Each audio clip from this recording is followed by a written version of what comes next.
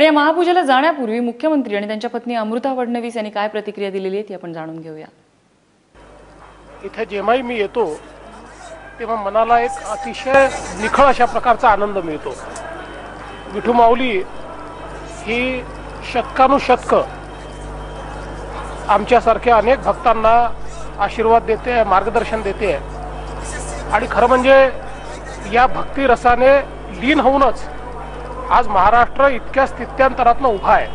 मला विश्वास आहे की ज्या प्रकारची चंद्रभागा ही ज्ञानेश्वर माऊलींनी बघितली असेल, ज्या प्रकारची चंद्रभागा ही तुकोबा रायांनी पाहिली असेल, तीच चंद्रभागा पुन्हा आमच्या सामान्य माणसाला पाहता आली पाहिजे। तीच निर्मळ, निखळ, स्वच्छ, अविरल अशा प्रकारची चंद्रभागा तयार करण्याचा आम्ही संकल्प घेतला आणि आम्हाला विश्वास आहे की निश्चित ज्ञानेश्वर माऊली तुकोबा राया यांचा आम्हाला आशीर्वाद मिळेल।